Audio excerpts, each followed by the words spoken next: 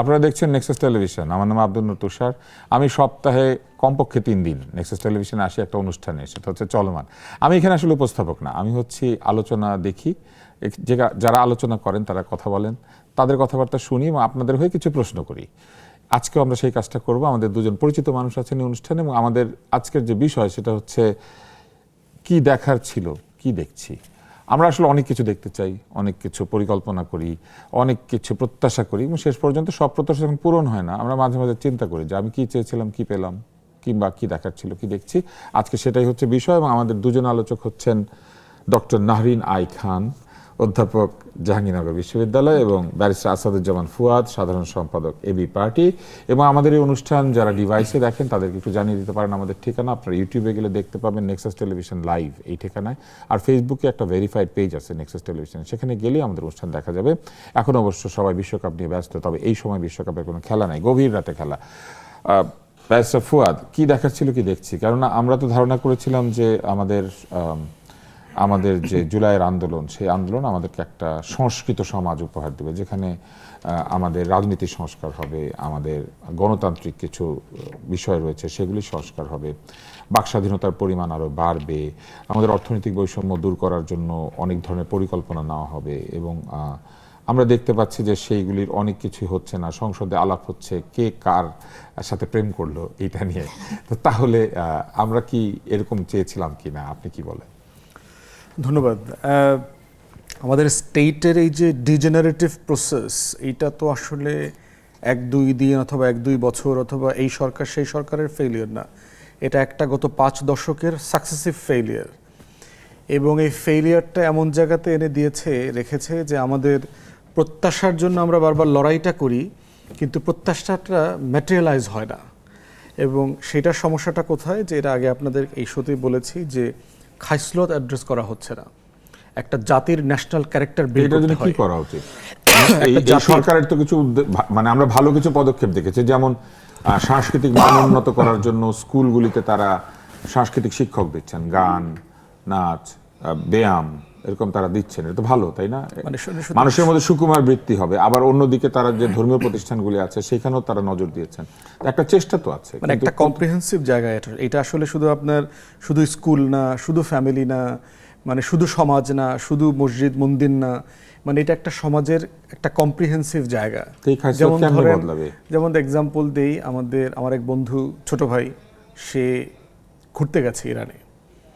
তো সেখানে এক বাসায় তার দাওয়াত দিয়েছে। তো খাবার সার্ভ করার আগে তাদের কালচার হচ্ছে সকল মেহমানের হাতে একটা বই ধরায় দেয়, আপনার শেখ সাদির লেখা গুলিস্তা, বইস্তা, মসনবী, যে মানে আমরা খাবার সার্ভ করতে করতে আপনি একটু, এবং তারা বোঝার চেষ্টা করে যে আমার মেহমান আসলে কতটুকু কালচার্ড, সে আসলে উল্টাচ্ছে কিনা, সে দেখতে পাচ্ছে কিনা, সে পড়ছে কিনা, সে সূচিতে ঢুকতেছে কিনা। It's a very common culture. আমরা টার্কিশ রেস্টুরেন্টে যখন খাইছি, আপনার খাবার অর্ডার দেওয়ার আগেই আপনি যে বসছেন না, সাথে সাথে একটা সালাদ সার্ভ করে দেবে, একটা রুটি, কিছু সামান্য ব্রেড দিয়ে দেবে, একটু সস ডিপস দিয়ে দেবে। এটা অ্যাপাটাইজার অর্ডার করতে হচ্ছে না, এমনি দিয়ে দেবে। এটা সে মনে করছে যে আপনি আমার ঘরে আসছেন। রাস্তায় ওরা ফ্রি খাওয়াতে থাকে, এক্স্যাক্টলি, এই পাশ থেকে ওই পাশে হেঁটে গেলে মোটামুটি পেট ভরে যায়। এক্স্যাক্টলি, মানে তারা মনে করতেছে আপনি ফার্স্ট হচ্ছে আমার মেহমান, তারপরে হচ্ছে আপনি আমার কাস্টমার। সেই একই বন্ধু তার একটা বিখ্যাত গল্প বলেছে, সেটা হচ্ছে যে আপনার তুরস্কে সে ইস্তাম্বুলে পড়তে গেছে, তো হাঁটতে গিয়ে থুতু ফেলছে। থুতু ফেলানোর পরে পুলিশ তাকে ধাওয়া দিছে এবং সে আপনার কাঁটাতার, এই ওয়াল ওই ওয়াল, এই দোকান সেই দোকান, 1-2 কিলোমিটার দৌড়ায় একটা ওষুধের দোকানে আশ্রয় নিয়েছে। তো এখন ওখানে একজন ভদ্র মহিলা বসা ছিলেন, তিনি দূর থেকে দেখতেছেন যে পুলিশ এই ছেলেটাকে ধাওয়া দিচ্ছে এবং দৌড়ায় আসছে। জিজ্ঞেস করতেছে তোমাকে পুলিশ ধাওয়া দিল কেন? তো সে কিছু বলে টলে না তখন, বাট মহিলা বুঝতে পারছে যে আসলে পুলিশ তাকে কেন ধাওয়া দিয়েছে। সে বলল যে আমাদের যে ওসমানী সুলতানাত ছিল, অটোম্যান ছিল, অটোম্যানদের একটা ডিপার্টমেন্ট ছিল যারা শুধুমাত্র থুতু পরিষ্কার করতো রাস্তায়। একটা ডিপার্টমেন্ট ছিল তারা ছাই নিয়ে নিয়ে রাস্তায় রাস্তায় ঘুরতো, যেখানে থুতু পড়ে থাকে ওটার উপরে তারা ছাই দেবে, তারপরে ছাই দিয়ে সেই ময়লাটা তুলে তারা ফেলে দেবে। এটা ইনফেকশন কন্ট্রোল। মানে শুধু ইনফেকশন কন্ট্রোল না, মানে রুচি, সমাজবোধ, আপনি সব কিছু একসাথে দেখতে পাবেন এখানে। তাহলে এখন প্রশ্ন হচ্ছে যে এইরকম একটা সমাজ, সিঙ্গাপুর আপনাকে তো এখনো পিটাবে, নগদে পিটাবে আপনি থুতু ফেলেন পাবলিক প্লেসে। চুইংগাম নাই সিঙ্গাপুরে।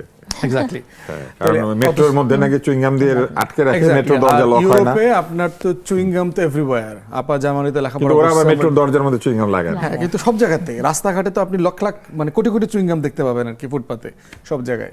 তো এখন প্রশ্ন হচ্ছে বিষয়টা ছোট, কিন্তু আমাদের কখনো শেখানো হয়েছে কিনা।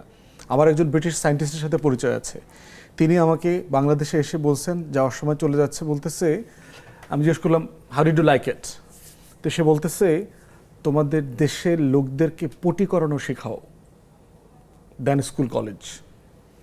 মানে সে পাবলিক টয়লেট, 5 স্টার টয়লেট সবগুলোর এক্সাম্পল দিয়ে বলছে এভরিওয়্যার সিমিলার প্রবলেম, যে সিম্পলি সে পটি করতে পারে না, সে কিভাবে ক্লিন আপ করতে হয় নিজেকে, রেখে আসার অন্য নেক্সট কাস্টমারের জন্য এটা কিভাবে পরিষ্কার পরিচ্ছন্ন রাখবে। তাহলে এই যে ন্যাশনাল ক্যারেক্টার বিল্ড করা, যে আমার একটা সন্তান, যেমন আমি বিভিন্ন দেশে ইউরোপিয়ানদেরকে ভাল লাগে কেন, আপনার পশ্চিমাদেরকে এই কালচারের জায়গাগুলো থেকে তো ভাল লাগে, ইরানিয়ানদেরকে, তুর্কিদেরকে, এসব কারণে আমাদের আলাপ আলোচনায় তো মানে একটা দুইটা না, মানে আমি কালেকটিভ জায়গা থেকে বলছি যে আপনার এই কম্প্রিহেন্সিভ জায়গা থেকে শুরু করতে হবে। শুধু দুইটা গান শেখাবেন, একটু রবীন্দ্রনাথ শেখাবেন, সেটা কি ভালো কাজ একটু না? ওয়াজ মাহফিল শেখাবেন, মানে এটা এনাফ না।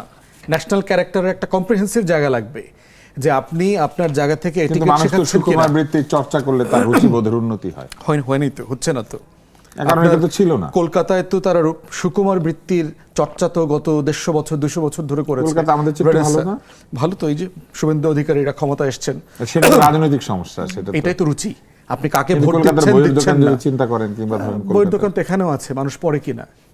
আমাদের 21শে বইমেলায় তো হাঁটার জায়গা ঢাকা থাকে না। উত্তরে ভালো বইয়ের দোকান নাই।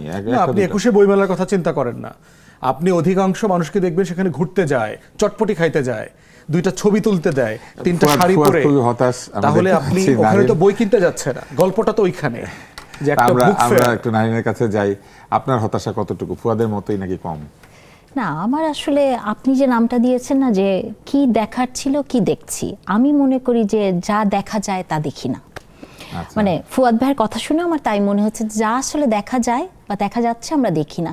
ধরেন এই যে ফুয়াদ ভাই অনেক সুকুমার বৃত্তির কথা বললেন, বা অনেক কিছু বললেন যে আমরা শিখছি না, শেখাটা হবে কোথায় থেকে? উনি আমাদের পরিষ্কার পরিচ্ছন্নতার হ্যাবিটের কথা বলেছেন, বই পড়ার হ্যাবিটের কথা বলেছেন। তুষার ভাই শিখতে হবে স্কুল থেকে, তাই না? তো তাহলে আপনি যদি দেখেন, আমরা সরকারের তো কিছু ভালো হলে বলতেই হবে।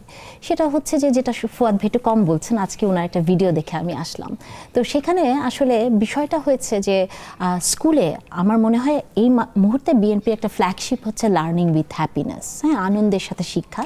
আমি প্রাউডলি সেইং, এটা আমার করা, এই নামটাও আমার দেয়া। হ্যাঁ, সো এটা ক্লাস 6 থেকে বইটা যাবে। তো যে কথাগুলো ফুয়াদ ভাই আইডেন্টিফাই করতে পারছেন, আমি মানে থ্যাংক ইউ জানাই ফুয়াদ ভাইকে, যেটা উনি আইডেন্টিফাই করছেন যে আমরা এগুলো শিখি না। এই শিক্ষাটা আমরা আসলে স্কুল থেকে বাচ্চাদেরকে দিতে যাচ্ছি। আমরা চাই যে গ্রেড না, মানে গ্রেড তো একটা বিষয় আছে, কিন্তু একটা হ্যাপি ফেস দেখতে চাই, সুখী মানুষ দেখতে চাই। তাহলে এই যে সুখী মানুষ দেখা, সুখী মানুষ তৈরি করা, এইটা আসলে স্কুল থেকে হতে হবে। ফুয়াদ ভাইকে আমি দেখেছি উনি খুবই বিরোধিতা করেন ফুটবল খেলার, যে একটা বল নিয়ে কেন মানুষ দৌড়ায়, অথবা একটা ক্রিকেট ব্যাট নিয়ে কেন মানুষ পেটাতে থাকে। এগুলাই তো সুকুমার বৃত্তি। আমরা কখনো ধরেন ফুটবল খেলাকে শুধু যদি আপনি বল নিয়ে দৌড়ানোটা ভাবেন, কিন্তু আপনি কখনো ভাবছেন না যে এই যে প্লেয়ারগুলো হয়, তারা যে তাদের ব্যক্তিগত মানি থেকে, টাকা থেকে সারা পৃথিবীতে দরিদ্র ছেলেমেয়েদেরকে পড়ায়। তারা তো এগুলো করেন, বিখ্যাত ফুটবলাররা বেশিরভাগই তাদের আয়ের একটি অংশ, ব্যক্তিগত আয়ের একটি অংশ দিয়ে দেন। হ্যাঁ, অনেক কিছুই করেন।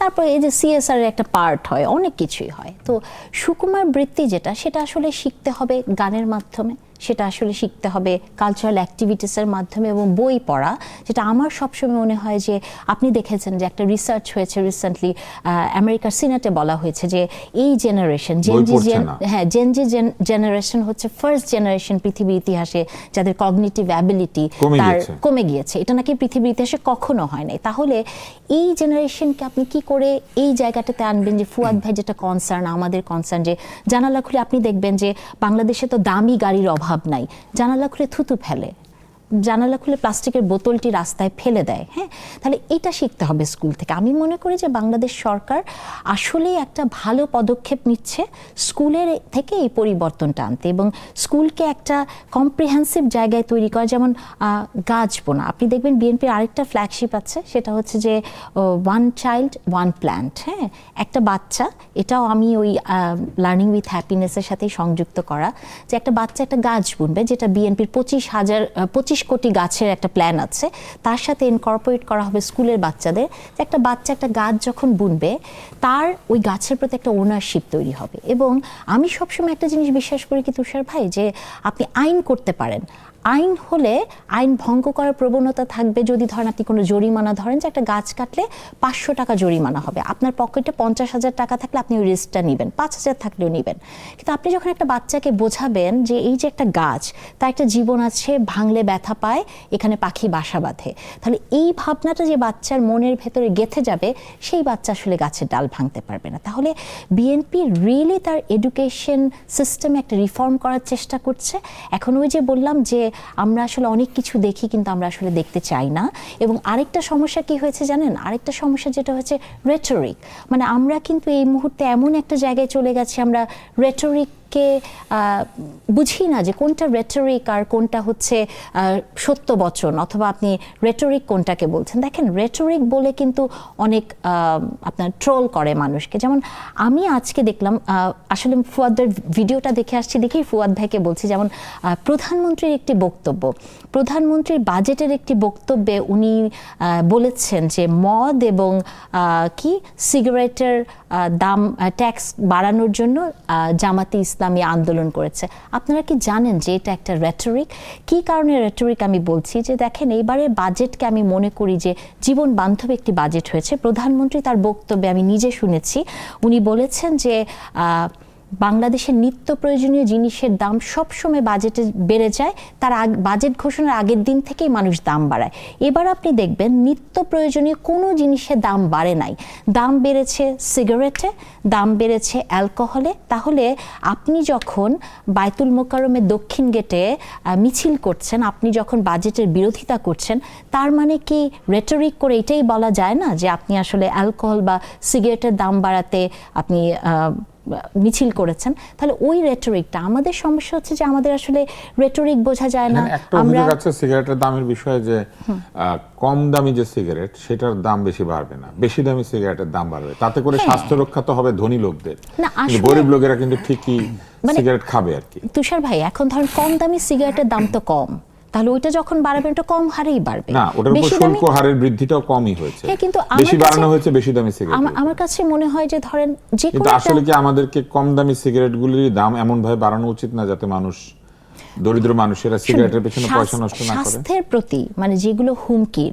সেগুলো সব কিছুকে এরকম করা উচিত। এবং আমি মনে করি যে এটা একটা স্টেপ, মানে একটা সরকার তো প্রথমে এসে সব করবে না, সিগারেটের পর প্রত্যেক সরকার একটু একটু করে বাড়ায়, কারণ সিগারেট হচ্ছে তাদের টাকার একটা উৎস। এবং এবার কিন্তু মানুষ বিষ খাবে, বিষ খেলে কর দিবে, কর দিলে আবার স্বাস্থ্য ব্যবস্থা খরচ হবে, আমাদের স্বাস্থ্য ব্যবস্থাকে ক্যান্সারের রোগী পাঠানো হবে। হ্যাঁ, এবং দেখেন এই কারণেই কিন্তু এইবারই কিন্তু ভুটানে সিগারেট নাই। হ্যাঁ, কিন্তু এইবারই কিন্তু বাংলাদেশের ইতিহাসে প্রথম স্বাস্থ্য খাতে এত টাকা বরাদ্দ হয়েছে জিডিপি, ক্যান্সার রোগী বাড়বে তো। ক্যান্সার এবং ক্যান্সার রোগী যারা গরিব তাদেরকে আপনি, হ্যাঁ, তাদেরকে আপনি 1 লাখ টাকা করে দিচ্ছেন। আবার দেখেন আপনার হার্টে স্টেন্টিং বসাতে হবে, সেটারও দাম কমাচ্ছে। হ্যাঁ, তার মানে হচ্ছে কি ওই যে যেটা বললাম যে আসলে অনেক কিছু দেখা যায় কিন্তু আমি দেখি না। হ্যাঁ, তা আমার মনে হয় যে দেখার চোখটাকে একটু বিশাল করতে হবে, বড় করতে হবে, একটু চোখ টোক দেখাতে হবে। অনুবীক্ষণ যন্ত্র দিয়ে দেখলে তো আবার অনেক কিছু যা দেখা যায় না সেটাও দেখা যায়। হ্যাঁ, কিন্তু আমার মনে হয় সেখানে কিন্তু আমরা যা দেখি সব রোগ জীবাণু। হ্যাঁ, কিন্তু আমার কথা হচ্ছে যে প্রাত্যহিক জীবনে আমরা কয়জন অনুবীক্ষণ যন্ত্র ব্যবহার করি? আপনার চোখে যে চশমা বা আমার যে চশমা আছে এটাই যথেষ্ট। মনের একটা অনুবীক্ষণ আছে না? হ্যাঁ, মনের অনুবীক্ষণ আছে, কিন্তু মনের যে অনুবীক্ষণ সেটা নিয়ে যদি আপনি বেশি অ্যানালাইসিস করতে চান, বিপদ কিন্তু বাড়বে। রীতিমতো বিপদের হুমকি পেয়ে গেলাম ফুয়াদ। আমরা একটা ছোট্ট বিরতি নিয়ে ফেরত আসি, এবং ফেরত এসে আমরা বোঝার চেষ্টা করি যে আমাদের যা যা আমাদের পরিকল্পনা ছিল অথবা প্রত্যাশা ছিল তার কতটুকু পূরণ হতে চলেছে, অথবা কোন কোন জায়গাতে আমরা অনেক আশান্বিত হচ্ছে এবং কোথায় একটু হতাশ হচ্ছে। আমরা দেখছি যে রাজনীতিবিদরা আস্তে আস্তে তাদের রাজনৈতিক বক্তব্যগুলি দিচ্ছেন, সেগুলি নিয়ে একে অন্যের সমালোচনা করছেন। তার মধ্যে একটা বিষয় বেশ আলোচিত হয়েছে, সেটি হচ্ছে যে বগুড়াতে শিবগঞ্জ বলে একটা জায়গা আছে, সেখানে একটা ইউনিয়নকে ভাগ করা হয়েছে বা নতুন 3টা ইউনিয়ন করা হয়েছে। সেখানে একটার নাম সীমান্ত, একটার নাম দিগন্ত, আর আরেকটা ইউনিয়নের নাম হচ্ছে স্বর্ণগ্রাম। মিরাকুলাসলি অথবা কাকতালীয়ভাবে, কোইন্সিডেন্টালি, একজন প্রতিমন্ত্রীর, যিনি ওইখান থেকেই নির্বাচিত একজন এমপি, তার 2 সন্তানের নাম হচ্ছে সীমান্ত আর দিগন্ত। এটা নিয়ে বেশ একটা বাদানুবাদ হয়েছে এবং সেইখানে মন্ত্রী বেশ সুন্দর সুন্দর যুক্তিও দিয়েছেন। যেমন উনি বলেছেন যে সীমান্ত এক্সপ্রেস আছে, ওইটা কি তার ছেলের নাম কিনা, কিংবা আরও তো সীমান্ত ইউনিয়ন আছে, সেগুলোও তো তার নামে না, বা দিগন্ত নামে একটা টিভি ছিল, ওইটাও তো তার ছেলের নামে না। তো মুশকিল হয়েছে যে মানে একই জায়গাতে 2টা ইউনিয়নের এরকম নাম হয়েছে। আপনার কি মনে হয় এটা কতটুকু কাকতালীয়? কারণ এটা নিয়ে বেশ একটা আলোচনা হয়েছে, আসলে আমি তো এবং জানি, কৌতুকপ্রদ আলোচনা। আমি তো জানি না ওনার ছেলেদের নাম কি, মীর সীমান্ত, সীমান্ত, মীর দিগন্ত। দিগন্ত। আচ্ছা, হতে পারে। তো এটা যেটা আসলে আমি ওই দিকে যেতে চাই না। নামের রাজনীতি তো বাংলাদেশে সবসময় চলে, তাই না? নামের রাজনীতি। তবে আমি এখানে আসলে বলতে চাই ওই যে যেটা আমরা দেখি না কোনটা, দেখি না ওইটা, যে প্রধানমন্ত্রীকে কিন্তু বলা হয়েছিল যে ঢাকা এয়ারপোর্টের নাম চেঞ্জ করার কথা, উনি কিন্তু এটাতে রাজি হন না। আপনার কি মনে হয় ওনার দলের মানুষের ওনার যে স্পিরিট সেটা সবাই ধারণ করতে পারছে? এটা আসলে শুনে না, এত বড় একটা পলিটিক্যাল দলে এটা সম্ভব না যে সবাই সেই স্পিরিটকে ধারণ করবে, এটা আশা করাটাও আমাদের ভুল। আর যেহেতু কিন্তু অন্তত যারা ক্ষমতাবান, যাদের হাতে ক্ষমতা আছে, তারা তো উচিত। আমি মনে করি এটা উচিত। এবং আপনি দেখেন ব্যক্তি তারেক রহমানকে যদি আপনি দেখেন গত 3 মাসে বা তার আগে বাংলাদেশে আসার পর থেকে, উনি কিন্তু সব জায়গাতে ওনার ব্যবহার, ওনার অ্যাটিটিউড, ওনার যে পোশাক আশাক, সব জায়গাতেই কিন্তু প্রশংসিত হচ্ছেন। হ্যাঁ, এখন ওনার আশেপাশের মানুষরা যদি এটাকে ধারণ করতে না পারেন, এটা হয়তো ব্যক্তিগতভাবে তাদের অক্ষমতা, এবং মাঝে মাঝে এটার প্রভাব দলের উপরও পড়বে। তবে আমি বিশ্বাস করতে চাই যে যিনি ঠিক টপে আছেন, তিনি যে প্র্যাকটিসগুলো করছেন, প্রথমে কয়েক মাসে না হোক, একটা সময় এটার প্রভাব আসলে সবার উপর পড়বে। সো নামের রাজনীতির মতো রাজনীতি বাংলাদেশের ইতিহাসে সবসময় হয়, এবং সেটার রেজাল্ট আমরা দেখেছি। কয়েক বছর পর পর সেই নামগুলো বদলে যায়, ইতিহাস বদলায়। সেই জায়গা থেকে বের হয়ে আমাদের আসতে হবে। এবং আমি মনে করি যে প্রধানমন্ত্রীকে যে প্রপোজালগুলো দেওয়া হয়েছে নাম নিয়ে, সেগুলোতে উনি যেহেতু অপোজ করেছেন, আমার মনে হয় ওনার আশেপাশে যারা আছেন একটু ফলো করা উচিত। এই কাকতালীয় ব্যাপারটা আরো উন্নতি হয়েছে এরকম যে ওখানে আরেকটা ইউনিয়ন হয়েছে, ওটার নাম মীরবাড়ি। ও তাই? হ্যাঁ, আচ্ছা। যেহেতু মন্ত্রীর নামের উপাধি হচ্ছে মীর, তো মীরবাড়ি নামে একটা ইউনিয়ন হয়েছে, আবার মীরবাড়ির 2 ছেলের নামে 2টা ইউনিয়ন হয়েছে। আসলে এত যদি হয় তাহলে কাকতালীয় না, মানে এত যদি হয় এবং একটা জায়গাতে হয়, তাহলে এটা কাকতালীয় কিনা সেটা নিয়ে আমার একটু সন্দেহ আছে। তবে ওই যে ওই কথাটাই যে আমাদের আসলে নামের রাজনীতি থেকে বের হতে হবে। আমি মনে করি না যে এত কাকতালীয় হওয়াটা উচিত। এত কাকতালীয় হলে একটু সমস্যা। মনে করেন আপনি যে এলাকায় থাকেন, কেউ যে নাম বদল করে দিল খানবাড়ি, মানে এটা তো একটা প্রশ্ন উঠবে। ধরেন কোন জায়গায় কিন্তু এরকম হয় না যে একটা গ্রামে কোনো একটা বাড়িকে প্রভাবশালী নামে হয়, আপনার এলাকাটা তো অনেক প্রসিদ্ধ এলাকা। হ্যাঁ, কিন্তু কাগজে কলমে যদি হয়ে যায়, তাহলে এই কাকতালীয় বিষয়গুলো থেকে একটু বের হয়ে যাওয়াটাই আমাদের উচিত। আমি মনে করি না এত কাকতালীয় হওয়া দরকার আছে। ফুয়াদ, আপনার কি মনে হয় আসলে কি আমরা পুরনো সংস্কৃতি থেকে বেরোতে পারছি না? ক্ষমতাবানরা তাদের নিজেদের যে প্রভাব প্রতিপত্তি সেটাকে একেবারে প্রতিষ্ঠিত করার জন্য অনেক ক্ষেত্রে নামকরণে হাত দিচ্ছেন, অনেক ক্ষেত্রে রাস্তার নাম বদল করে দিচ্ছেন। আমরা দেখেছি সেতুর নাম বদল করে দেওয়া হয়েছে, যেগুলি আসলে ঠিক গেজেটেড না, ইচ্ছা হয়েছে বদল করে দিয়েছে। তো এটা কি আসলে ঠিক হচ্ছে? আমি একটু আপার দুই একটা বিষয় একটু রেসপন্স করি। একটা হচ্ছে স্পোর্টস নিয়ে আমার ব্যাপারে একটা বিখ্যাত সমালোচনা বলেছেন, কিন্তু একটা বিখ্যাত সমালোচনা আছে। স্যাটারিক ওয়েতে বলেছেন যে শুধু স্যাটায়ার না, ওইটা ঢাকা বিশ্ববিদ্যালয়ে প্রতিবন্ধীদের কিনে একটা প্রোগ্রাম ছিল। আচ্ছা। এবং সেটা জুলাইয়ের প্রতিবন্ধী, 90-এর স্বৈরাচার বিরোধী আন্দোলনের প্রতিবন্ধী, এবং 71, এবং বাংলাদেশের অনেক গুরুত্বপূর্ণ উপদেষ্টা এবং গুরুত্বপূর্ণ মেহমানরা সেই মিটিংটাতে আসার কথা ছিল। তাহলে কি প্রতিবন্ধী মানে আহত হয়েছেন যারা এই আন্দোলনগুলোতে আহত হয়েছেন তাদেরকে একটা সম্মাননা দেওয়া, তাদের পুনর্বাসন নিয়ে আলাপটা তোলা, এটা। এবং বাংলাদেশ সরকার যে সমাজ কল্যাণ মন্ত্রণালয়ের যে প্রতিবন্ধী সেকশন আছে, ওটার অফিসাররা ওখানে এসেছিলেন।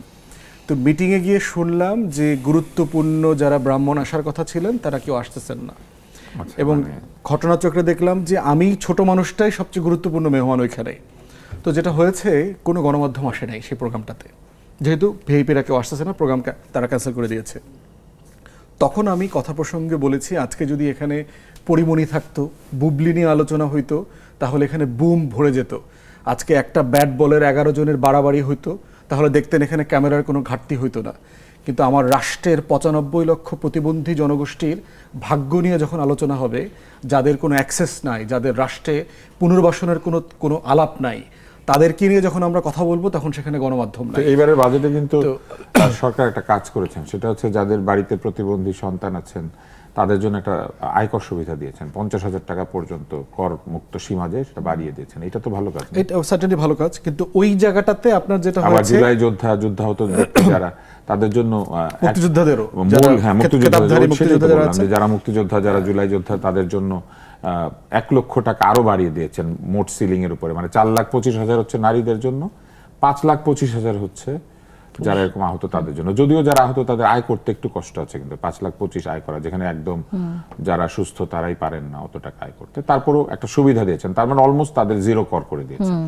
তাহলে সেই জায়গাতে প্রতিবন্ধীদের স্বার্থ আলাপ করতে গিয়ে ওই এক্সাম্পলগুলো আমি দিয়েছিলাম যে রাষ্ট্রের 1 কোটি জনগোষ্ঠী নিয়ে তার মানে এটা ফুটবলের আলাপ নাই। বিরোধিতা ছিল না? ছিল না। তো যেটা ক্রিকেটেরও তো হয়েছে, কোনো বিরোধিতা নাই। না, একই আলাপ করেছি আর কি। তাহলে ক্রিকেটে কিন্তু আমরা অস্ট্রেলিয়ার সাথে শুধু তাই না, দারুণ আমি খেললাম। বিসিবি পলিটিক্স নিয়ে আমি সিরিয়াসলি গত কয়েক মাস থেকে কথা বলছি।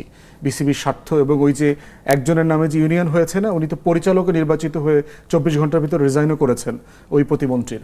তাহলে সেই জায়গাতে ওই প্রতিমন্ত্রীর রিলটা, ছেলে, হ্যাঁ, ওই রিলটা ভাইরাল হয়ে যাওয়ার কারণে সবাই বোধ করছে আমি প্রচন্ড স্পোর্টস বিরোধী। এটা দ্বিতীয়ত হচ্ছে আপা শিক্ষা কিন্তু নিয়ে আপনি কাজ স্পোর্টস করছেন, বিরোধী না, মোটেই না। আপনার প্রিয় খেলা ক্রিকেট। আমি নিজে সেকেন্ড ডিভিশনে খেলেছি। ও। আপনি জানেন যে নির্মাণ স্কুল, আমি গভর্নমেন্ট লেভেলে হয়ে নির্মাণ স্কুলের সাথে খেলেছি। সো এগুলো মানে just- আপনি খেলা পছন্দ করেন। Certainly, ফুটবলে আপনার কোনো certainly. সাপোর্ট আছে? ফুটবলে দেখেন, আমরা অন্য আলোচনায় চলে গেলাম। এক সময় তো আর্জেন্টিনার সাপোর্টার ছিলাম, বাট লম্বা সময় আসলে ক্রিকেট ফোকাস ছিলাম আর কি। এইবার- আর এখন এইবার? তো এখন স্পোর্টস আসলে ফলো করতে পারছি না আর কি। পারছেনই না? একদম পারছি না, একদম পারছি না। একদমই না। আচ্ছা, যে আলোচনা ছিল তো যেখানে ছিলাম, তো এই কারণে হচ্ছে যে এডুকেশন নিয়ে আপা কাজ করছেন, আপাকে ধন্যবাদ। কাঠামোগত যদি সংকট অ্যাড্রেস না করেন, যেমন ধরেন এখন মাননীয় শিক্ষা সংকট কি আপনার শিক্ষামন্ত্রী, মনে হয়? শিক্ষা জিনিসটাকে ডিফাইন করে নাই এই রাষ্ট্র। শিক্ষা জিনিসটা কি, আপনি শিক্ষিত কে সেটা এই রাষ্ট্র বলছে। যিনি স্বাক্ষর করতে পারেন, যিনি টিপসই দিতে পারেন, তিনি শিক্ষিত। তাহলে আসলে কি লেখাপড়ার মানে এটা এতটুকু? আপনি বিকজ আগে জমির দলিলের উপরে ভিত্তি মানে করে এখন তো একটু পড়তে স্বাক্ষর- পারাকে জ্ঞান মানে গণ্য না, করে যে ওইটা মোটা পড়তে দাগে না, মোটা পড়তে এবং দাগে না। লিখতে পারতে হবে। মোটা দাগে না। আপনার যেটা হচ্ছে এখন এই যে 78%, 72% বলা হচ্ছে, আপনি যদি এটা 4টা ইউনিটে চলে যান, আমার লেখাপড়ার 4টা ইউনিটে, এইটা বাংলাদেশের প্রমিনেন্ট এডুকেশনিস্টরা বলছে এইটা 30-35 এখনো ক্রস করে নাই। তাহলে আমি এখনো শিক্ষাকে ডিফাইন করি নাই, শিক্ষিত জনগোষ্ঠীকে ডিফাইন করি নাই। 5 দশকে আমার শিক্ষার সংকট, ফেইলিয়ার, সেগুলোকে ডিফাইন না করে আপনি বলছেন প্রত্যেকটা কনস্টিটিউয়েন্সিতে একটা করে বিশ্ববিদ্যালয় করে দেবেন। প্রত্যেকটা জায়গাতে জেলায় জেলায় মেডিকেল কলেজ করার দাবি উঠতেছে। 7টা দাবি মেডিকেল উঠছে, কলেজ, কিন্তু সরকার কিন্তু তাতে রাজি হয় 7টা না। মেডিকেল কলেজ ইতিমধ্যে অ্যাপ্রুভ করেছে। সোনার বাংলাতে এমন এমন মেডিকেল কলেজ হয়েছে যেখানে হাসপাতাল নাই। মানে আপনি ইমাজিন করেন, মেডিকেল কলেজ কিন্তু হাসপাতাল নাই। হাসপাতাল ছাড়া তো মেডিকেল কলেজ হবে না। এক্স্যাক্টলি, আপনি এই প্রফেশনের মানুষ। এটা কিন্তু নীতিমালার মধ্যে হ্যাঁ, পরিষ্কার exactly, আছে। আপনি কি তাহলে উদাহরণ দিতে পারেন হ্যাঁ, কয়েকটা কক্সবাজার। এরকম? হাসপাতাল নাই? হ্যাঁ, আপনার এরকম গাইবান্ধা বহু জায়গাতে এরকম 4-5টা মেডিকেল কলেজের কথা স্বাস্থ্য উপদেষ্টা যিনি ডেপুটি ছিলেন তিনি ওই সময় এটা রেজ করেছেন যে এটাকে আমরা কি করব, এটা কি সদর হাসপাতালের সাথে ট্যাগ করে কমপক্ষে দেব, 250 বেডের হাসপাতাল থাকতে হবে। এটা কি আমরা মানে সদর হাসপাতালের সাথে ট্যাগ করব, আমরা কি এস্টাবলিশমেন্ট, ধরেন সদর হাসপাতালটাও তো যেখানে করেছেন লোকেশন থেকে তো অনেক দূরে, তাহলে আপনি কি ট্রেনিংটা ফ্যাসিলিটিটা কিভাবে দেবেন? তাহলে এই যে 3-4টা হাসপাতাল আছে যার কোনো ট্রেনিং নাই, আপনি যে পরিমাণ অ্যাডমিশন টেস্টে কোয়ালিফাই করবার জন্য যে মান থাকা দরকার তার থেকে অনেক নিম্ন মানের ছেলে মেয়েদেরকে আপনি মেডিকেল পড়তে সুযোগ করে দিচ্ছেন। এই সংকটটাকে তো অ্যাড্রেস করতে হবে। এটা কিন্তু আমাদের সময় হয়েছে কাট অফ নাম্বার কমিয়ে দিয়ে। এক্স্যাক্টলি। তাহলে আমরা চাচ্ছি আপনি কাঠামোগত জায়গায় যদি এটাকে অ্যাড্রেস না করেন, শুধুমাত্র আলোচনা যখন হয় শিক্ষা স্বাস্থ্যের বাজেটের আলোচনা হয়, সংখ্যাটা এত ছিল, আমরা এই বছর 50,000 কোটি টাকা বাড়িয়ে দিয়েছি, আমরা 43,000 কোটি টাকা বাড়িয়ে দিয়েছি, এই টাকাটা কোথায় খরচ হবে, কিভাবে খরচ হবে, কাঠামোগত পরিবর্তন হবে কোথায়, আমার শিক্ষকের মান বাড়ছে কিনা। আমি যেহেতু লোকাল ইলেকশন করেছি আপনার কনস্টিটিউয়েন্সিতে, আমি দেখলাম এক একটা স্কুলে 50টা স্টুডেন্ট আছে, এইরকম প্রাইমারি স্কুল অলমোস্ট রেয়ার। এই 50 জনের হাজির হয় ক্ষেত খামারি করে মাস্টার্স ধরে 30, 32, 35 জন। 9 o'clock পিটিতে অ্যাটেন্ড করে 10 জন, 12 জন, 13 জন। এবং পাশে দেখলাম নুরানি মাদ্রাসা আছে, সেখানে 200+ স্টুডেন্ট আছে।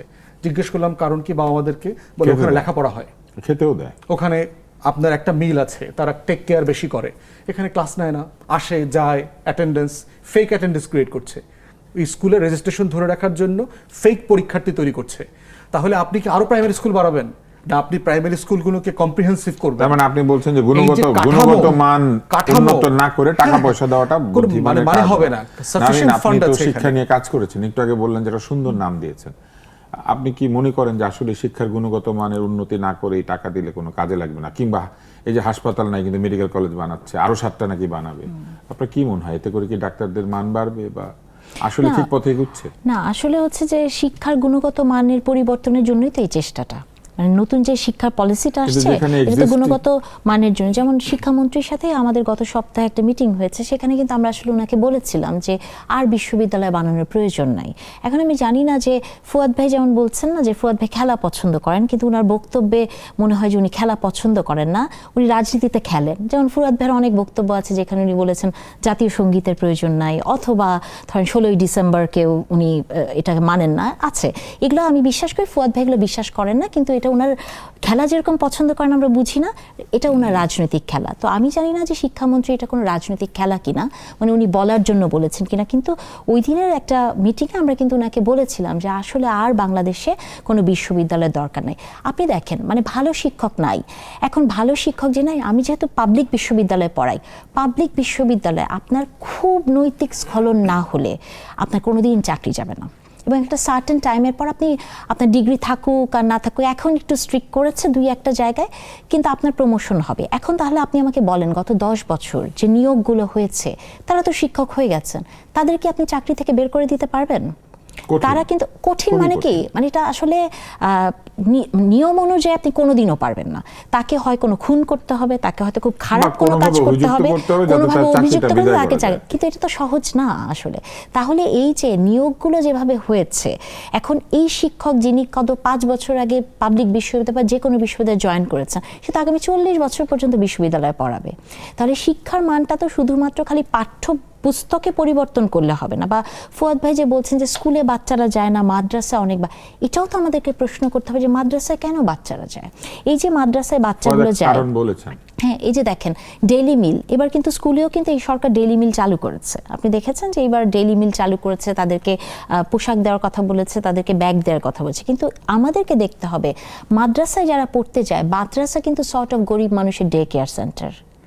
যে মাটি গার্মেন্টসের কাজ করেন সে কিন্তু তার বাচ্চা পড়ুক আর না পড়ুক সেটা কিন্তু বড় কথা না, সারাদিন বাচ্চাটা কার কাছে থাকবে এই জন্য কিন্তু মাদ্রাসাতে দেয়া হয়। হ্যাঁ, এই যে মাদ্রাসাতে এত কিছু হয়, ধরেন এই যে মাদ্রাসা এডুকেশন নিয়ে কথা বলা তো আসলে খুবই সেন্সিটিভ, বাট আমরা যদি এই যে কত রেপ নিয়ে কথা বলি, কত ধর্ষণ নিয়ে, কত কিছু নিয়ে কথা বলি, আমরা কি মাদ্রাসা এডুকেশনের ভেতরে বা এই সিস্টেমগুলোর ভেতরে যা হয় সেটা নিয়ে কি কথা বলতে পারি? সরকারের কি সক্ষমতা আছে? সরকার মেডিকেল কলেজ তদারক করতে পারে না, হাসপাতাল তদারক করতে পারে না, কিছুই তদারক করতে পারে না। এখন আপনি যদি বলেন সরকারের তো সেই সক্ষমতা নাই, লোক নাই, জন নাই। আপনি যদি বলেন যে কিছুই তদারক করতে পারে না, সেটা যেমন কঠিন। আমি দেখি যে একটা ইনসিডেন্ট হলে, হ্যাঁ, একটা ঘটনা ঘটলে তখন গিয়ে তদন্ত করে, ভুলটা খুঁজে বের করে। হ্যাঁ, এবং এটাতে রেগুলার কিন্তু তদারকি করার জন্য যে জনবল প্রয়োজন, জনবল প্রয়োজন। এবং আপনি দেখেন যে এটা কিন্তু শুধু ওয়ান ওয়ে জার্নি না তুষার ভাই। যেমন ধরেন গণভাবে ডাক্তারদেরকে গালাগালি করা হয়েছে, তাই না? কয়েকদিন আগে আপনি দেখলেন। এখন আপনি চিকিৎসক, আপনি আমাকে সেবা দেন, আপনি যেমন আমাকে দিচ্ছেন, আমি যখন সেবা নিব আমারও কিন্তু কিছু আপনাকে দিতে হবে, তাই না? এটা তো 2 ওয়ে জার্নি। যেমন ধরেন আদ্দিন হসপিটাল, এটাকে কি করা হলো? রাজনীতিকরণ করা হলো না? আপনি আমাকে বলেন তুষার ভাই, আপনি পৃথিবীর অনেক দেশে গেছেন, তাই না? পৃথিবীর কোনো দেশে এরকম একটি ঘটনার পরে কি লাইসেন্স বাতিল হতো না? কিন্তু তার আগে একটা পূর্ণ তদন্ত হতো এবং এই লাইসেন্স তো তাদের ছিল। লাইসেন্সের শর্ত তার মানে তারা পূরণ করে নাই। এটাই আমি বলতে চাচ্ছি, যে এত বছর ধরে চললো, তাহলে যারা এর জন্য দায়ী সেখানে সরকারি লোকেরাও দায়ী থাকতো। এই কথাটাই আমি বলতে চাই যে দেখেন এই যে কমপ্লায়েন্স চেকিং, হ্যাঁ, বা এই যে ধরেন মনিটর করা, এই জায়গাগুলোতে তো ঘাটতি আছে। তো তার মানে হচ্ছে ধরেন আপনি 8 দিনের লাইসেন্স বাতিল করেছেন, মানে এটা তো আর না যে লাইসেন্স না হলে কি লাইসেন্স বাতিল হতো না? তো এইভাবেই চলতো, না এইভাবে চলতো, সেটাই বলছি। তাহলে তার মানে কি প্রত্যেকবার এরকম মৃত্যু হতে হবে তারপরে সরকার বুঝবে? আবার তার মানে তো এটাও না যে মৃত্যু না হয় দেখে আমরা লাইসেন্স বাতিল করব না, বা হয়েছে বলে বাতিল করব। একটা সিস্টেমের মধ্যে আসতে হবে।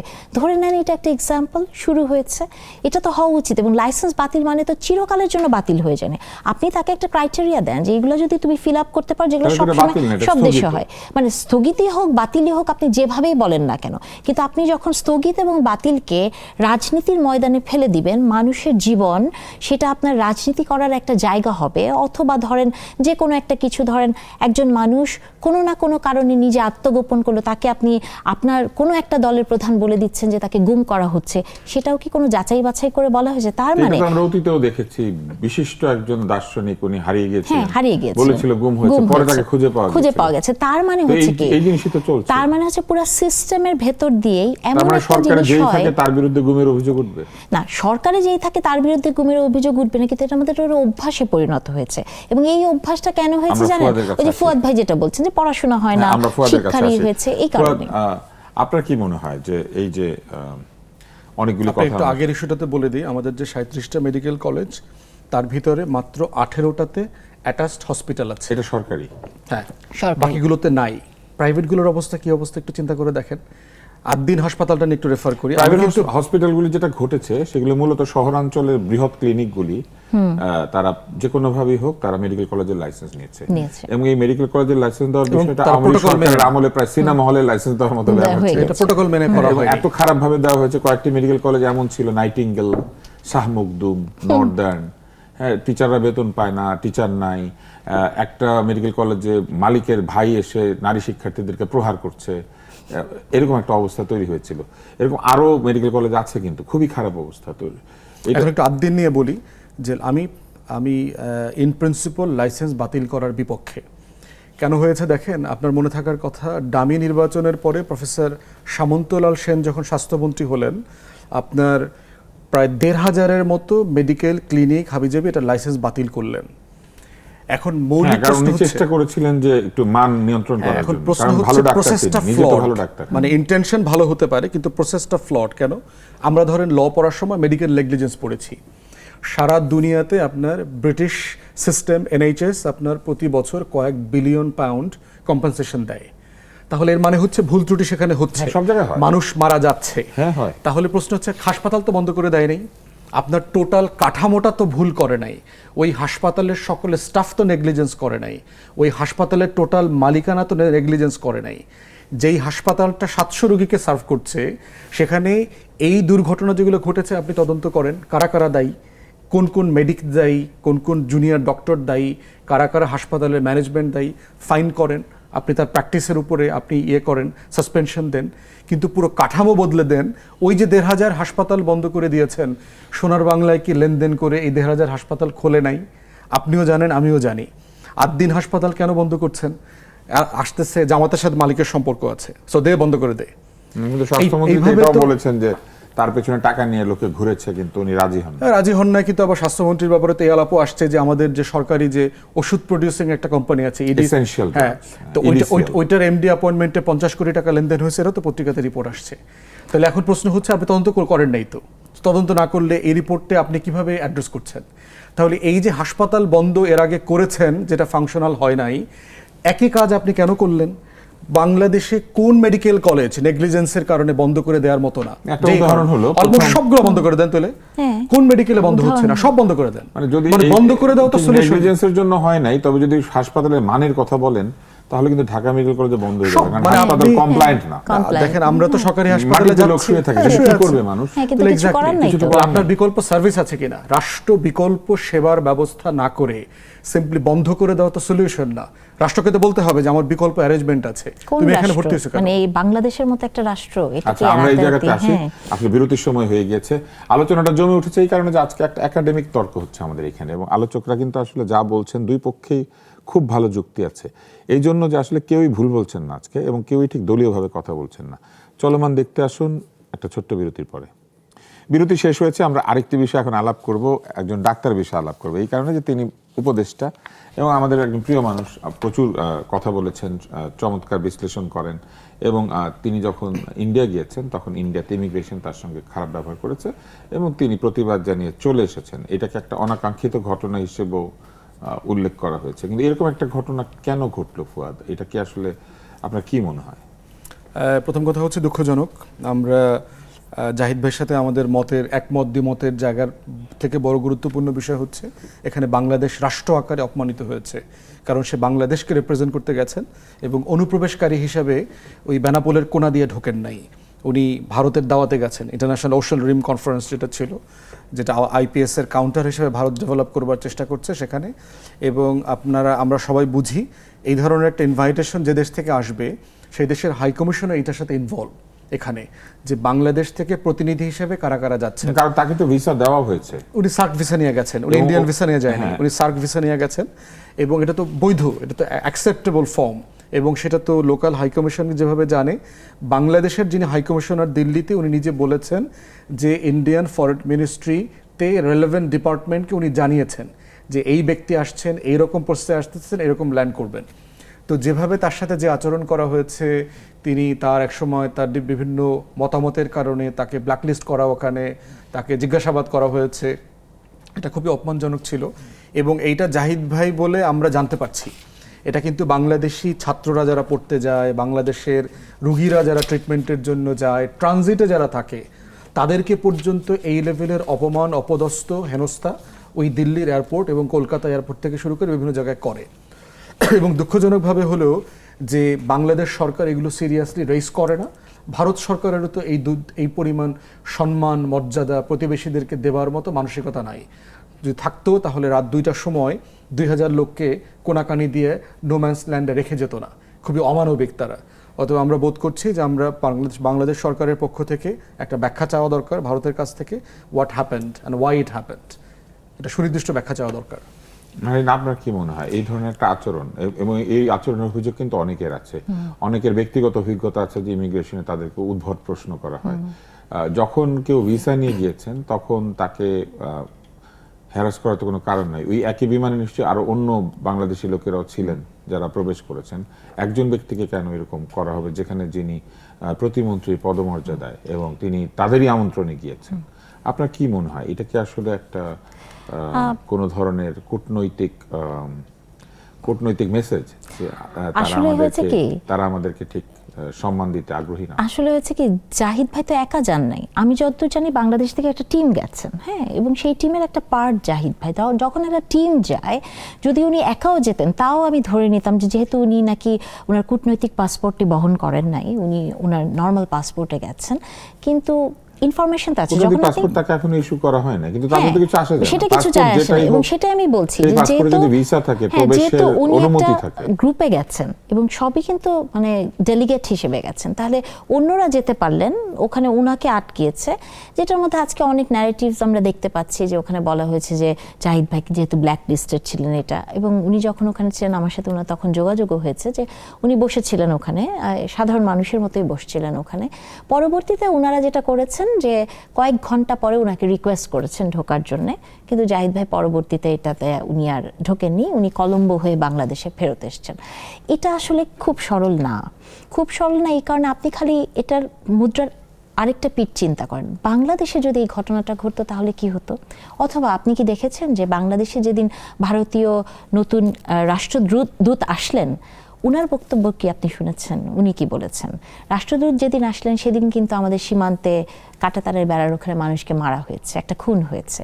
আবার রাষ্ট্রদূত এসেই কি বললেন যে 140 + 20 কোটি আমরা এক, হ্যাঁ, আমাদের কি ক্রিকেট টিম এক হয়ে যাবে। তাহলে এবং আপনি দেখবেন যে যারা ক্ষমতাতে এসছে আমাদের পাশেই, তাদের পলিটিক্যাল রেটরিকটাই ছিল ইলেকশনে জেতাই কিন্তু বাংলাদেশ বিরোধী, তাই না? বাংলাদেশ বিরোধের কথাই বলেছে। তার মানে আপনি যতটাই এটাকে বলেন না কেন ক্লিয়ারেন্সের প্রবলেম ছিল, বা বাংলাদেশের একজন প্রতিমন্ত্রী স্টেটাসের একজন যে এটার ওনাকে ঘন্টার পর ঘন্টা বসে থাকতে হবে, আমি মনে করি এটাকে সরল দৃষ্টিতে দেখার কিছু নাই। এবং বাংলাদেশের নতুন রাষ্ট্রদূতের বক্তব্য, ভারতীয় রাষ্ট্রদূতের বক্তব্য, সেদিন মানুষকে একজনকে গুলি করে মারা হয়েছে, এবং জাহিদ ভাইয়ের এই বিষয়টা আমার মনে হয় কোনো না কোনো জায়গায় একই সূত্রে গাঁথা। এবং আরেকটি ইন্টারেস্টিং হচ্ছে যে আমরা বাংলাদেশের যখন ভারতীয় রাষ্ট্রদূত আসলেন তার বক্তব্যটাকেই আমরা দেখছি, কিন্তু আপনি কি খেয়াল করেছেন তাকে একজন সাংবাদিক একটি প্রশ্ন করেছে, বাংলাদেশের সাংবাদিক, প্রশ্নটি খুবই অফেন্সিভ। সেই সাংবাদিক প্রশ্ন করছেন তাকে যে আপনারা তো এত বড় একটা দেশ, আমরা একটা ছোট দেশ, আপনারা আমাদের দেখে শুনে রাখবেন, এই টাইপের একটি কথা। তার মানে দেখেন, মানে একজন বাংলাদেশি সাংবাদিক এবং রাষ্ট্রদূতকে যখন প্রশ্ন করতে যায় তাহলে নিশ্চয় মোজো সাংবাদিক না, নিশ্চয়ই কোনো ভালো ভারতের জায়গায় তো সাংবাদিক। একটা অভ্যাস আছে, তারা ভিসাস্ত্র প্রয়োগ করে, মানে আপনি এখানে কি বলেছেন সেই জন্য তারা ভারতে ঢুকতে দিবে না। অ্যাজ ইফ ভারত এমন একটা জায়গা হ্যাঁ, এটা যেখানে আমি আপনি না যতদূর জানি গেলে আপনাকেও আপনার হয়তো জীবন- ভিসা দেয় না, অনেক মানুষ ভিসা আছে, দেয় না অনেক এবং মানুষকে কোনো কারণ ভিসা দেয় না, দর্শায় না, কোনো কারণ দর্শায় না, কোনো তারা দেয় কারণ না। নাই, কোনো তার ধরনের মানে- অন্যায় আচরণেরও কোনো প্রমাণ নাই, তারপরও দেয় না। হ্যাঁ, ইচ্ছা।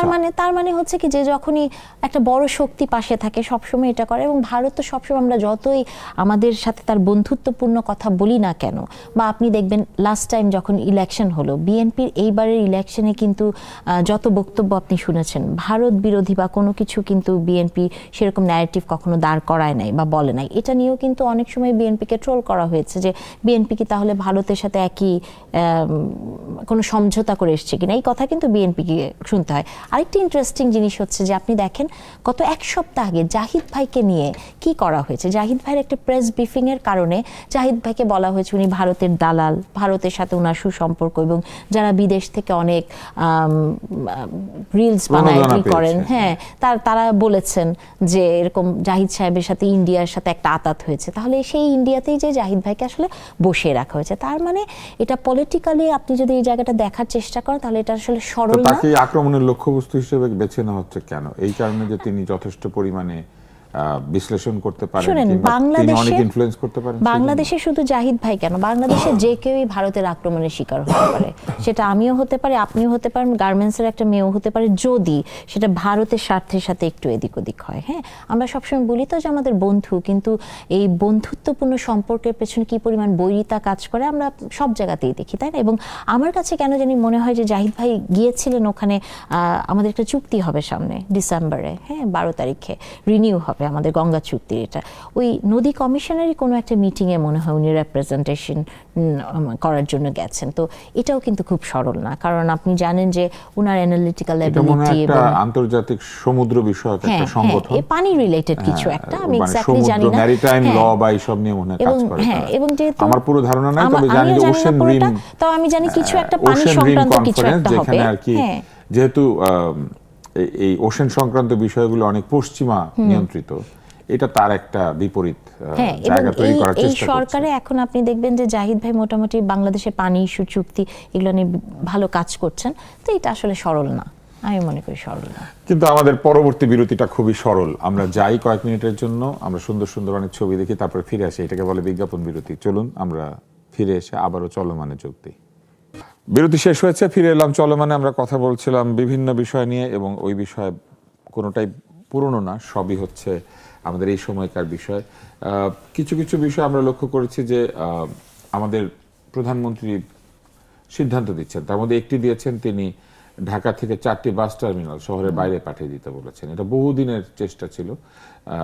আরও কিছু হয়তো সিদ্ধান্ত সামনে আসবে, যেমন ঢাকার ভেতরে একটা ট্রাক স্ট্যান্ড আছে, যেটা আনিসুল হক একবার পরিষ্কার করার পর আবার যে অবস্থা সেই অবস্থা হয়ে গিয়েছে। এটা তো একটা ভালো দিক, কিন্তু একই সাথে আমরা লক্ষ্য করছি যে আমাদের আরো একজন সংসদ সদস্য, তিনি অত্যন্ত প্রভাবশালী সংসদ সদস্য, স্বরাষ্ট্রমন্ত্রী, তিনি বলেছেন যে দুর্নীতি সব জায়গাতেই হয়, ঘুরে ফিরে সব দোষ হয় রাজনীতিবিদদের। এরকম এক একটা কথা হচ্ছে। তার মধ্যে আরেকটা কথা হয়েছে সংসদে, সেটা হচ্ছে নারীর পোশাক নিয়ে, সঙ্গে সঙ্গে সেটা এক্সপাঞ্জও করতে হয়েছে। স্থানীয় সরকার নির্বাচনে আওয়ামী লীগ অংশ নিতে পারবে কি পারবে না, এটা আবার জানতে চেয়েছেন রুমিন, যে এটা স্পষ্ট করতে হবে আদৌ পারবে কি পারবে না। মানে আমরা লক্ষ্য করছি যে প্রচুর কথাবার্তা হচ্ছে, এবং কিছু কিছু জায়গাতে অস্পষ্টতা আছে। যেমন এইটা একটা, যে আওয়ামী লীগ সদস্যরা যদি নির্বাচনে অংশ নেয় কি করে নিবে, আসলে কি করে নিবে? কারণ আওয়ামী লীগের কার্যক্রম তো স্থগিত, নিশ্চয়ই তারা আওয়ামী লীগের নাম দিয়ে নির্বাচন করতে পারবে না। তাহলে আওয়ামী লীগের সদস্য কি করে আসলো? আওয়ামী লীগের নাম তো নাই। এখন জাহিদ ভাই কিন্তু এই বিষয়টা নিয়ে কথা বলার চেষ্টা করেছেন। একটা বিষয় হচ্ছে, ধরেন এমন একজন আওয়ামী লীগার যে কখনো কোনো পদ পদবিতে ছিলেন না, কিন্তু এলাকার মানুষ জানে যে এই লোকটা আওয়ামী লীগের সাপোর্টার, তাকে তো আপনি এই নিষিদ্ধ ফ্রেমে আপনি তাকে তো ইমিডিয়েটলি ব্যান করতে পারবেন না যে কার্যক্রম নিষিদ্ধ আছে, কারণ সে তো আওয়ামী লীগ আকারে কোনো পদ পদবি দিয়ে আপনি তাকে প্রমাণ করতে পারবেন না। সমস্যাটা হবে অন্য জায়গায়, যে বিএনপিরই দেখবেন এক একটা জায়গাতে নির্বাচিত হতে চায় এমন মেম্বার চেয়ারম্যানের সংখ্যা 5 জন 7 জন 9 জন, এবং তারা প্রত্যেকে কিন্তু আওয়ামী লীগের যে ভোট ব্যাংকটা আছে এইটাকে সে পাইতে চাইবে। এবং দিন শেষে সে জানে যদি এখানে কোনো মাইনরিটি ক্যান্ডিডেট হয়, এখানে যদি কোনো আওয়ামী লীগের ক্যান্ডিডেট থাকে, তাহলে এই ভোটটা সে পাবে না। তাহলে এইটা দেবার মধ্যে যদি চেষ্টা করা হয় তাহলে আমরা ধারণা করছি স্থানীয় সরকার নির্বাচনে এমনিতেই বিএনপির আন্তদলীয় কোন্দল ব্যাপক আকারে এবং খুন খারাপি লেভেলে চলে যাবে, সেটা আরও বাড়বে। রিসেন্টলি আপনি দেখেছেন যে রাউজানের রিলেটেড বিএনপি দলের নেতাকর্মীরা এক গ্রুপ আরব গ্রুপকে খুব ব্রুটালি হত্যা করেছে, মানে এবং 40-50 জন রাজনৈতিক খুন হয়েছে শুধুমাত্র চিটাগংয়ে। তো এইটা স্থানীয় সরকার নির্বাচনে যদি আওয়ামী লীগকে কোনোভাবে স্পেস দেওয়ার চেষ্টা করা হয়, এইটা শুধু বিএনপির আন্তদলীয় ভায়োলেন্সের পাশাপাশি এইটা ইন্টার পার্টি ভায়োলেন্সের দিকেও যাবে। এবং যেটা ল এনফোর্সমেন্ট এজেন্সির সোফার যে পারফরমেন্স, তাদের আইন শৃঙ্খলা অ্যাড্রেস করবার যে পারফরমেন্স দেখতে পাচ্ছি, তারা কোনোভাবে ডিল করতে পারবে আপনি না। বারবারই নির্বাচনে সন্ত্রাসের আশঙ্কা করছেন, ভায়োলেন্সের আশঙ্কা করছেন। কেউ যদি এইভাবে বলে যে আপনি আসলে সবাইকে বলছেন যাতে এটা হোক, এটা তো দেখতে পাচ্ছি। আপনি ব্রুটালি যে পলিটিক্যাল মার্ডারগুলো হচ্ছে, শতাধিক খুন খারাপি হয়েছে বিএনপির আন্তদলীয় কোন্দলের কারণে। এবং গত সপ্তাহে আপনি দেখেছেন 3 জনের ছবি ফুটেজ সহকারে এসছে, শটগান নিয়ে দৌড়াচ্ছে যুবদলের এক নেতাকে হত্যা করবার পরে। এগুলো কিন্তু প্রচুর হচ্ছে। ব্যাপারটা এরকম না যে আমি করবার জন্য উস্কানি দিচ্ছি, এগুলো ইতিমধ্যে হচ্ছে। আচ্ছা, আরেকটি বিষয় একটু আপনাকে বলি, আপনার মতামত নিয়ে আমরা নারিনের কাছে যাব। সেটা হচ্ছে এনসিপির মুখপাত্র, অন্যতম মুখপাত্র সার্জিস আলম, তিনি বলেছেন যে সারা দেশ থেকে এনসিপিতে যারা বিভিন্ন পর্যায়ে দায়িত্বে আছেন, নেতৃত্ব দিচ্ছেন, অথবা অন্য কোনো রাজনৈতিক দলে যারা পরিশ্রমী গ্রহণযোগ্য, যারা মানুষের উপর জুলুমের সাথে সম্পৃক্ত ছিল না, যাদের সঙ্গে ফ্যাসিস্টদের সরাসরি সম্পৃক্ততা বা অপরাধের সম্পৃক্ততা ছিল না, তারা অন্য যে কোনো রাজনৈতিক দলেরই হোক না কেন এনসিপির প্রার্থী হওয়ার জন্য আবেদন করতে পারবেন। তাহলে কি তারা বলে দিচ্ছেন যে আওয়ামী লীগ যারা করেছেন কিন্তু জুলুমের সাথে সম্পৃক্ত ছিলেন না, তারা এনসিপির হয়ে ইলেকশন করতে পারবেন? তো এনসিপির আহ্বায়কের আগেও আর অন্য মিটিংয়ে আওয়ামী লীগের নাম ধরেই বলেছে। আওয়ামী লীগের তাহলে একই কাজ বিএনপি করলে বলে যে পুনর্বাসন করছে, তাহলে কি সবাই পুনর্বাসন করছে? আমার দৃষ্টিতে প্রত্যেকটাই পুনর্বাসন, এটা কোনোভাবেই গ্রহণযোগ্য না আর কি। যতদিন পর্যন্ত একটা রিকনসিলিয়েশন প্রসেসে না আসবে, একটা জুডিশিয়াল প্রসেসের মধ্য দিয়ে আওয়ামী লীগ জানা যাবে, আওয়ামী লীগের নেতা কর্মীরা মধ্যে যতদিন পর্যন্ত এই রিগ্রেট তওবা কমিশনের সামনে গিয়ে তারা তওবা ইস্তেগফার না করবে তাদের ভুলের জন্য, ততদিন পর্যন্ত এটা আলাপের মধ্যে আসার শুরু। এখন ধরেন তওবা ইস্তেগফার তো করতে হয় একদম স্রষ্টার কাছে। এখন উনি মাফ করলেন কি করলেন না আমরা জানবো না। রাজনৈতিক তওবার কথা, এই তওবা কার কাছে করবে? ওই যে তওবা কমিশন, একটা রিকনসিলিয়েশন একটা কমিশন, মানে মাফ চাইতে হবে, মানে কোনো না কোনো ফর্মে তো বলতে হবে যে আমি সরি, আমি যেটা করেছি। কিন্তু করলেই কি আপনি সরি অ্যাকসেপ্ট করবেন? যদি অ্যাপোলজি ফৌজদারি অপরাধ করে তুলে না, কিন্তু প্রশ্ন হচ্ছে আপনি আওয়ামী লীগের ভোটার অথবা আওয়ামী লীগের আপনি 1-2টা মিছিলে গেছেন, আপনি কোনোদিন কোনো অন্যায় অপকর্মের সাথে জড়িত ছিলেন না, চাঁদাবাজি করেন নাই, তাকেও মাফ চাইতে হবে? মানে সে কোনো না কোনো ফর্মে এই দলটাকে তো স্ট্রেনদেন করেছে, তার লেজিটিমেসি তৈরি করেছে। তো তার খুন খারাপির পাশে তো সে ছিল, সে তো প্রতিবাদ করে নাই। নাগরিক আকারে যে অন্যায়টার প্রতিবাদ করবার দরকার ছিল, এটা তো সে করে নাই। অতএব ওই জায়গাতে তার নাগরিক জায়গা থেকে তো সব ক্ষমা চাইতে হবে যে আমার সাবেক দল এই ভুল। ডক্টর ইউনূস জীবনে কোনোদিন প্রতিবাদ করে নাই, তো এই ওনাকেই মাফ চাইতে হবে। উনি তো গণহত্যা করেন নাই, উনি তো গণহত্যার দায়ে তাকে অভিযুক্ত করছেন না। বা যিনি এই কথাটা করছি, এমন একটা দল নিয়ে কথা বলছি যার আমলে একের পর এক গণহত্যা হয়েছে, বেনজিরের মতো শত শত হাজার হাজার বেনজির তৈরি তার মানে হয়েছে। যারা দলের সদস্য ছিল তাদের প্রায় সকলকে আপনি sorry তাহলে বলতে এখানে হবে। তুষার আমি একটু অ্যাড করি ফুয়াদ ভাইয়ের সাথে, যে ফুয়াদ ভাই বললেন ওই সময়কে আওয়ামী লীগকে যারা স্ট্রেনথেন করেছেন, যিনি এই কথাটি বলেছেন সার্জিস আলম, তিনি কে? মানে তিনিও আমরা তো আপনার কাছে ছিলেন আসবো। ওখানে, তাই তাহলে না? আমরা তো এই তাহলে জায়গাতে আপনার একটা মতামত পেলাম যে ট্রুথ অ্যান্ড রিকনসিলিয়েশন কমিশন যদি একটা হয়, সেখানে গিয়ে যদি যারা এই ধরনের দায়িত্ব পালন করেছেন এমন ব্যক্তিরা যদি গিয়ে, যারা সরাসরি জুলুমের সাথে সম্পৃক্ত না কিন্তু দলের কোনো না কোনো দায়িত্ব ছিলেন, তাদেরকে এক ধরনের সরি বলতে হবে। সেক্ষেত্রে কি স্থগিতাদেশ আওয়ামী লীগের উঠে যাবে? না, এটা দল আকারে তুলছে না, ব্যক্তি আকারে। হ্যাঁ, ওটা তো একটা জুডিশিয়াল প্রসেস যেতে হবে। কিন্তু ধরেন দলের সবাই যদি মাফ চেয়ে ফেলে, তাহলে দল কেন তখন মাফ চাইলো না? দলের সবাই তো আর মাফ চাইতে পারবে না। যিনি দলের কোনো পদ পদবিতে নাই কিন্তু আওয়ামী লীগ আকারে এলাকায় পরিচিত, তিনি মাফ চাইতে পারবেন, কিন্তু দলের প্রধান কমিটি আমরা নারীন মিটি হাসছেন, আমরা নারীনের কাছে যাই। আপনার কি মনে হয় যে না, এটা তো একদমই সত্য কথা যে ফুয়াদ ভাই যে ফর্মে বলছেন, আমি যদি এই ফর্মেটটাকেই ধরি, তাহলে কার মাপ চাইতে হবে আপনি বলেন? আমরা গুপ্ত নামে একজন জানি না বাংলাদেশের রাজনীতিতে, কিন্তু মানে গুপ্তরা কোথায় ছিলেন? তারা তো আওয়ামী লীগের পদতলেই ছিলেন, এবং সেই গুপ্তরাই আজকে দেখেন তারা অনেক কথা বলছেন। ওই যে স্ট্রেংথেনিং পাওয়ারের মধ্যে তারা 15 বছর ছিলেন, তারা ছিলেন ধরেন আপনার 24-এর মে পর্যন্ত হয়তো ছিলেন, জুন জুলাই আগস্ট থেকে তারা একেবারে অন্য রূপে আবির্ভূত হয়েছেন। তাহলে ফুয়াদ ভাইয়ের ফর্মুলা অনুযায়ী যে ক্ষমা চাওয়ার কথা, এই ক্ষমা কতজনকে চাইতে হবে, এবং যিনি এই প্রস্তাবটি দিয়েছেন তার কত বক্তব্য আপনি দেখেছেন, আপনিও বিতর্ক করেন, আমরাও সেগুলো করেছি, বিতর্কের মঞ্চ কেঁপে গিয়েছে না বঙ্গবন্ধুর প্রশংসা বাণীতে, শেখ হাসিনার প্রশংসা বাণীতে। তাহলে তার তো সবার আগে ক্ষমা চাওয়া উচিত, তাই না? তাহলে সে যদি ক্ষমা না চায় তাহলে সে কি বলতে পারেন? কারণ তুষার ভাই, আমি একটা কথা বিশ্বাস করি সবসময়, যে রাজনৈতিক আদর্শ আপনার আইডিওলজি, এটা যদি 5 বছর পর পর বা 3 মাস পর পর 6 মাস পর পর বদলায়, অথবা আপনি গুপ্ত হয়ে যান, তাহলে কিন্তু এটা নিয়ে একটা প্রশ্ন আছে যে মানুষ হিসেবে আপনি আসলে কেমন। কারণ এই আইডিওলজিটা আসলে বলা তো হচ্ছে গুপ্ত হওয়া একটা কৌশল। হ্যাঁ, এখন যদি আপনি সব কিছুকে গুপ্ত হওয়াটা কৌশল, যেমন ধরেন কালকে সংসদে আমি দেখলাম যে ওনাদের জামাতি ইসলামের একজন নারী এমপি, উনি ব্যর্থহীন কণ্ঠে বলছেন যে প্রধানমন্ত্রীকে আমরা ভোট দিয়েছি। হ্যাঁ, জামাতি ইসলামী উনি করেন, উনি প্রধানমন্ত্রীকে ভোট দিয়েছেন, তাহলে কি উনি গুপ্ত বিএনপি? মানে এই প্রশ্নটাও তো উঠতে পারে। এটা উনি জনতার হয়ে বলেছেন যে বাংলাদেশের অধিকাংশ লোক তো দিয়েছে। এখন ধরেন অধিকাংশ তো আর বলে নাই, তবে আপনারা যদি ধরেন প্রত্যেকটা কথা আমরা যেগুলাকে বলি, মানে সমস্যাটা হচ্ছে এইখানে যে আমি নাহরিন যখন একটি কথা বলবো সেটার অক্ষরে অক্ষরে ধরে বিবেচনা করা হয়, আর যখন অন্য দলের কেউ বলবেন তখন এটাকে বলা হয় যে এটা তার ব্যক্তিগত মতামত। যেমন ধরেন কালকে যে কথাটা প্রসঙ্গটি উঠছিল যে একজন নারীর পোশাক নিয়ে যে কথাটা বলা হয়েছে, আমি এটা বিশ্বাস করি যে পোশাক নিয়ে কথা বলার কোনো প্রয়োজন নাই, যে এটা একটা স্বাধীনতা। কিন্তু আমার কাছে সবচেয়ে ইন্টারেস্টিং কি লেগেছে জানেন? এরপরে জামাতি ইসলামী যারা নারী এমপি আছেন তারা একটি বক্তব্য দিয়েছেন, তাদের মধ্যে একজন বক্তব্য দিয়েছেন, তার নাম নুরুন নাহার সিদ্দিকা। তিনি খুব এগুলো নিয়ে কথা বলছেন। আপনি জানেন এই ভদ্র মহিলা, উনি জামাতের মহিলা উইংয়ের প্রধান। তিনি, আমি একটি কথা বলেছিলাম যে রাজনীতিতে জেন্ডার পলিটিক্সে মা বোন বলা যায় না। হ্যাঁ, আপনি পার্টিকুলার কিছু জায়গায় বলতে পারেন, কিন্তু মা বোনের শিক্ষা, মা বোনের রাজনীতি বলতে পারবে না। এই নুরুন নাহার সিদ্দিকী, হ্যাঁ নারী মনে করতে, এই নুরুন নাহার সিদ্দিকী, এটা রেকর্ডেড, ওনার বক্তব্য আছেন। উনি আমাকে বলেছেন যে উনি মা এবং বোন হতে চান না, উনি একটাই তাহলে বাদ থাকে বউ। তাহলে কি উনি সবার বউ হতে চান?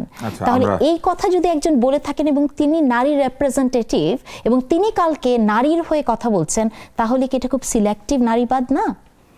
আচ্ছা, যাই হোক, আমরা সার্জিস কিন্তু একটা ব্যাখ্যা দিয়েছে, আমি জানি না আপনার চোখে পড়েছে ব্যাখ্যাটা কি, আমরা এই ব্যাখ্যাটা শুধু বলেন তারপর শেষ করব। ব্যাখ্যা দিয়েছে যে তাদেরকে কিভাবে আওয়ামী আমলে ছাত্রলীগ করতে বাধ্য করা হয়েছে, গণরুমে থাকার জন্য, একটা সিট পাওয়ার জন্য, ক্লাব ক্যাম্পাসে নিরাপদে ক্লাস করতে পারার জন্য জোর করে মিছিল করা, ধরেন আরো অনেককে তো বাধ্য করার চেষ্টা করা হয়েছিল, তারা তো বাধ্য হয় নাই। ছাত্র দলের ছেলেদের কথা আপনি বলেন, ধরেন আওয়ামী লীগের যে লোকগুলিকে আপনি মাফ চাইতে বলছেন, তারাও যদি বলে আমরা বাধ্য হয়ে করেছি, সেটাই বলবে, সেটাই।